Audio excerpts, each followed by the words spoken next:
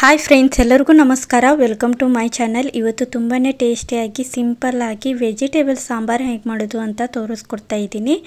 ಮನೆಯಲ್ಲಿ ಅಲ್ಪ ಸ್ವಲ್ಪ ತರಕಾರಿ ಇದ್ದಾಗ ಈ ಥರ ಈಸಿಯಾಗಿ ರುಚಿಕರವಾಗಿರುವಂಥ ಸಾಂಬಾರನ್ನ ಮಾಡ್ಕೋಬಹುದು. ಈ ಸಾಂಬಾರು ರೊಟ್ಟಿ, ಚಪಾತಿ, ಅನ್ನ, ಪೂರಿ ಎಲ್ಲದರಲ್ಲಂತೂ ಸೂಪರಾಗಿ ಹೊಂದುತ್ತೆ. ತುಂಬಾ ಟೇಸ್ಟಿಯಾಗಿರುತ್ತೆ. ಇವಾಗ ಸಾಂಬಾರು ಮಾಡಲು ಬೇಕಾಗುವಂಥ ಸಾಮಗ್ರಿಗಳನ್ನ ನೋಡ್ಕೊಂಬರೋಣ ಬನ್ನಿ.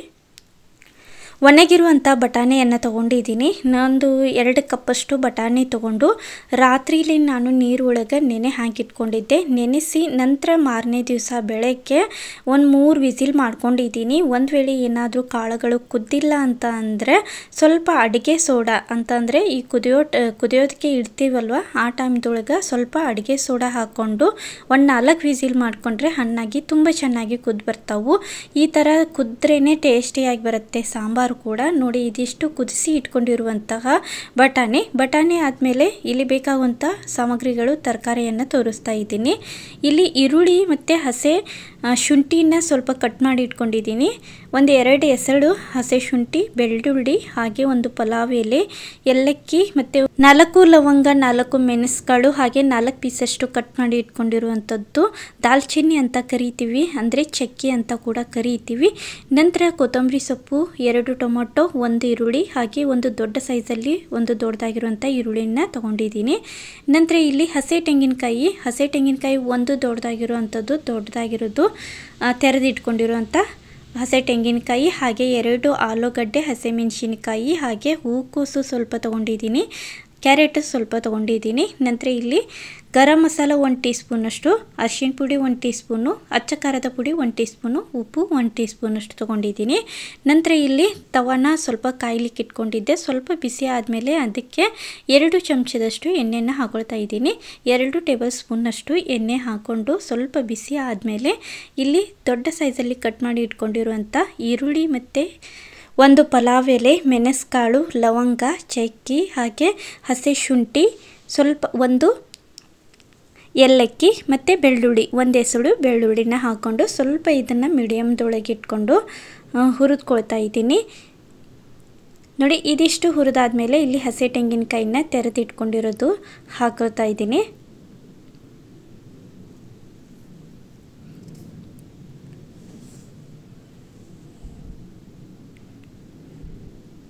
ಇದಿಷ್ಟು ಹಾಕ್ಕೊಂಡು ಸ್ವಲ್ಪ ಕೆಂಪಗಾಗೋ ಥರ ಇದನ್ನು ಫ್ರೈ ಮಾಡ್ಕೋತಾ ಇದ್ದೀನಿ. ಆದಷ್ಟು ನಾವು ಇದನ್ನು ಸೇಮ್ ಇದು ಮಸಾಲೆ ಚೆನ್ನಾಗಾಗಬೇಕು, ರುಚಿ ಬರಬೇಕು ಅಂತ ಅಂದರೆ ಮೇನ್ ಇದನ್ನು ನಾವು ಸ್ವಲ್ಪ ಕೆಂಪಗಾಗಿ ಹುರಿಯೋದ್ರಿಂದ ಟೇಸ್ಟ್ ಚೆನ್ನಾಗಿ ಬರ್ತೈತಿ.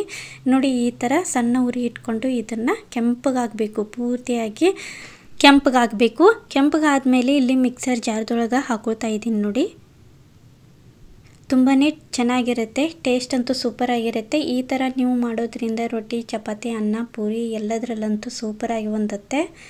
ನಂತರ ಇದಕ್ಕೆ ಸ್ವಲ್ಪ ನೀರು ಹಾಕ್ಕೊಳ್ತಾ ಇದ್ದೀನಿ. ನೀರು ಹಾಕ್ಕೊಂಡು ಇಲ್ಲಿ ಕುದಿಸಿ ಇಟ್ಕೊಂಡಿರುವಂಥ ಬಟಾಣಿ ಇದೆ ನೋಡಿ, ಆ ಬಟಾಣಿದು 1-2 ಚಮಚದಷ್ಟು ಕಾಳುಗಳನ್ನ ಹಾಕ್ಕೊಳ್ತಾ ಇದ್ದೀನಿ.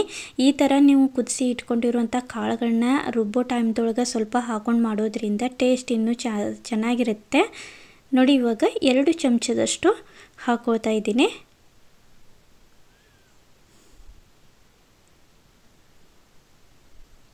ಇದಿಷ್ಟು ಕುದಿಸಿ ಇಟ್ಕೊಂಡಿರೋ ಬಟಾಣಿಯನ್ನು ಹಾಕೊಂಡಾದ್ಮೇಲೆ ಕ್ಲೋಸ್ ಮಾಡಿ ಇದನ್ನು ಸಣ್ಣಗೆ ರುಬ್ಕೊಳ್ತಾ ಇದ್ದೀನಿ. ನೋಡಿ, ಈ ಥರ ಸಣ್ಣದಾಗಿರಬೇಕು. ಜಾಸ್ತಿ ಸಣ್ಣ ಇದ್ರೇ ಚೆನ್ನಾಗಿರುತ್ತೆ ಸಾಂಬಾರಿಗೆ. ನೋಡಿ, ಇದಿಷ್ಟ ಆದಮೇಲೆ ಇದನ್ನು ಸೈಡಲ್ಲಿಟ್ಟು ಮತ್ತೆ ಇವಾಗ ಗ್ಯಾಸ್ ಮೇಲೆ ಒಂದು ದೊಡ್ಡ ಪಾತ್ರೆಯನ್ನು ಇಟ್ಕೊಳ್ತಾ ಇದ್ದೀನಿ. ಸಾಂಬಾರನ್ನ ನಾವು ಎದ್ರಲ್ಲಿ ಮಾಡ್ತೀವಿ ಅದನ್ನು ಗ್ಯಾಸ್ ಮೇಲೆ ಇಟ್ಕೊಂಡು ಸ್ವಲ್ಪ ಬಿಸಿ ಆದಮೇಲೆ ಅದಕ್ಕೆ ಎಣ್ಣೆ ಹಾಕ್ಕೊಳ್ತಾ ಇದ್ದೀನಿ.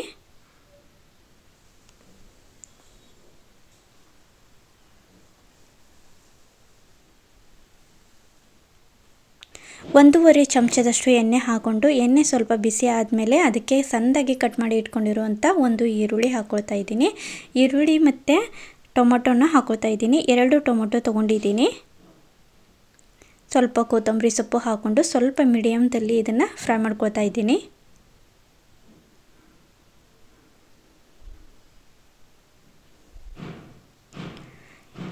ಸ್ವಲ್ಪ ಫ್ರೈ ಮಾಡ್ಕೊಂಡು ಆದಮೇಲೆ ಇಲ್ಲಿ ಸಣ್ಣದಾಗಿ ಕಟ್ ಮಾಡಿ ಇಟ್ಕೊಂಡಿರುವಂಥ 2 ಆಲೂಗಡ್ಡೆ 1 ಕ್ಯಾರೆಟ್ನ ಈ ಥರ ಸಣ್ಣದಾಗಿ ಕಟ್ ಮಾಡಿ ಇಟ್ಕೊಂಡಿರೋದನ್ನು ಹಾಕ್ಕೊಂಡು ಹಾಗೆ 2 ಮೆಣಸಿನ್ಕಾಯಿನ ಮಧ್ಯಕ್ಕೆ ಕಟ್ ಮಾಡಿ ಹಾಕ್ಕೊಂಡಿದ್ದೀನಿ. ಹಾಗೆ ಹೂಕೋಸು ತೊಗೊಂಡಿದ್ದೀನಿ. ಸ್ವಲ್ಪ ಹೂಕೋಸನ್ನು ಕೂಡ ಒಗ್ಗರಣೆಯಲ್ಲಿ ಹಾಕ್ಕೊಂಡು ಮಿಕ್ಸ್ ಮಾಡ್ಕೊಳ್ತಾ ಇದ್ದೀನಿ.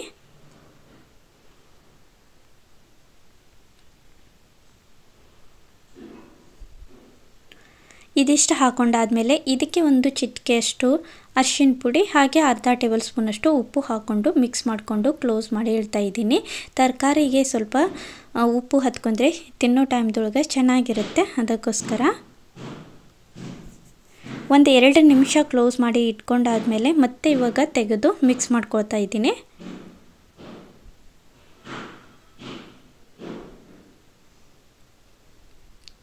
ಇದಿಷ್ಟು ಮಿಕ್ಸ್ ಆದಮೇಲೆ ಇಲ್ಲಿ ಕುದಿಸಿ ಇಟ್ಕೊಂಡಿರುವಂಥ ಬಟಾಣಿಯನ್ನು ಹಾಕೊಳ್ತಾ ಇದ್ದೀನಿ. ನೀರೇನು ತೆಗೆದಿಲ್ಲ, ಅದೇ ನೀರನ್ನು ಹಾಕೊಂಡಿದ್ದೀನಿ ನೋಡಿ.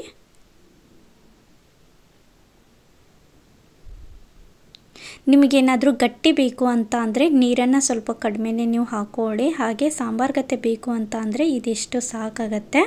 ನಂತರ ಇಲ್ಲಿ ಮಸಾಲೆ ಐಟಮ್ಸು ಅಚ್ಚ ಖಾರದ ಪುಡಿ, ಉಪ್ಪು, ಗರಂ ಮಸಾಲ ಹಾಗೆ ಸ್ವಲ್ಪ ಅರಿಶಿನ ಪುಡಿನ ಹಾಕ್ಕೊಂಡಿದ್ದೀನಿ. ಹಾಕ್ಕೊಂಡು ಅದು ಎಲ್ಲವೂ 2 ಟೇಬಲ್ ಸ್ಪೂನ್ ಅಷ್ಟಿದೆ. ನಂತರ ಮಿಕ್ಸ್ ಮಾಡ್ಕೊಳ್ತಾ ಇದ್ದೀನಿ. ಹಾಕ್ಕೊಂಡಾದಮೇಲೆ ಮಿಕ್ಸ್ ಮಾಡಿಕೊಂಡು ಸ್ವಲ್ಪ ಇಲ್ಲಿ ರುಬ್ಬಿ ಇಟ್ಕೊಂಡಿರುವಂಥ ತೆಂಗಿನಕಾಯಿ ಮಸಾಲಾನ ಹಾಕ್ಕೊಳ್ತಾ ಇದ್ದೀನಿ.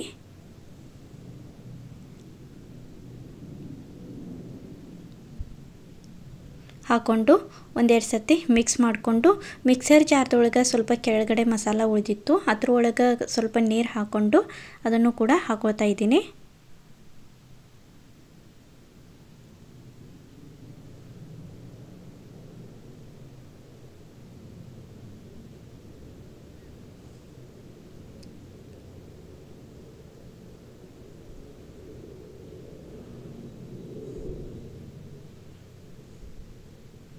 ನೋಡಿ ಇದಿಷ್ಟು ನೀರು ಹಾಕ್ಕೊಂಡು ಮತ್ತೆ ಹಾಕ್ಕೊಂಡಾದಮೇಲೆ ಮತ್ತೆ ಒಂದೆರಡು ಸರ್ತಿ ಇದನ್ನು ಚೆನ್ನಾಗಿ ಮಿಕ್ಸ್ ಮಾಡಿಕೊಂಡು ಮೇಲೆ ಸ್ವಲ್ಪ ಕೊತ್ತಂಬರಿ ಸೊಪ್ಪು ಹಾಕ್ಕೊಂಡು ಇದಕ್ಕೆ ನಿಮಗೇನಾದರೂ ಉಪ್ಪು ಸ್ವಲ್ಪ ಕಡಿಮೆ ಆದರೆ ಸ್ವಲ್ಪ ನೋಡಿ ಕಡಿಮೆ ಹಾಕ್ಕೊಳ್ಳಿ.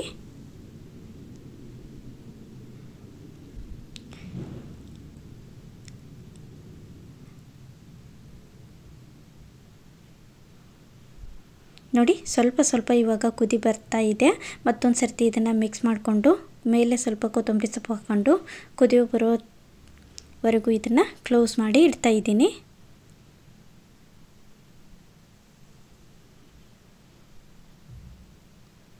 ಈ ಥರ ನಾವು ಅಲ್ಪ ಸ್ವಲ್ಪ ಏನಾದರೂ ತರಕಾರಿ ಇದ್ದಾಗ ಹೀಗೆ ಮಾಡಿದರೆ ಯಾವುದೇ ಥರದ ಪಲ್ಯ ಬೇಕಾಗೋದಿಲ್ಲ, ತುಂಬ ಚೆನ್ನಾಗಿರುತ್ತೆ. ನೋಡಿದ್ರಲ್ವ ಇವಾಗ ಕುದಿ ಕೂಡ ಬಂದಿತ್ತು. ಇದನ್ನು ನಾವು ಒಂದು 5 ರಿಂದ 10 ನಿಮಿಷ ಕುದಿಸ್ಕೊಂಡ್ರೆ ಸಾಕು, ತುಂಬಾ ಚೆನ್ನಾಗಿರುತ್ತೆ. ಯಾವುದೇ ಥರದ ರೊಟ್ಟಿ ಆಗಿರ್ಬೋದು ಅಥವಾ ಅನ್ನಕ್ಕೂ ಎಲ್ಲದರಲ್ಲಂತೂ ಸೂಪರಾಗಿ ಹೊಂದುತ್ತೆ.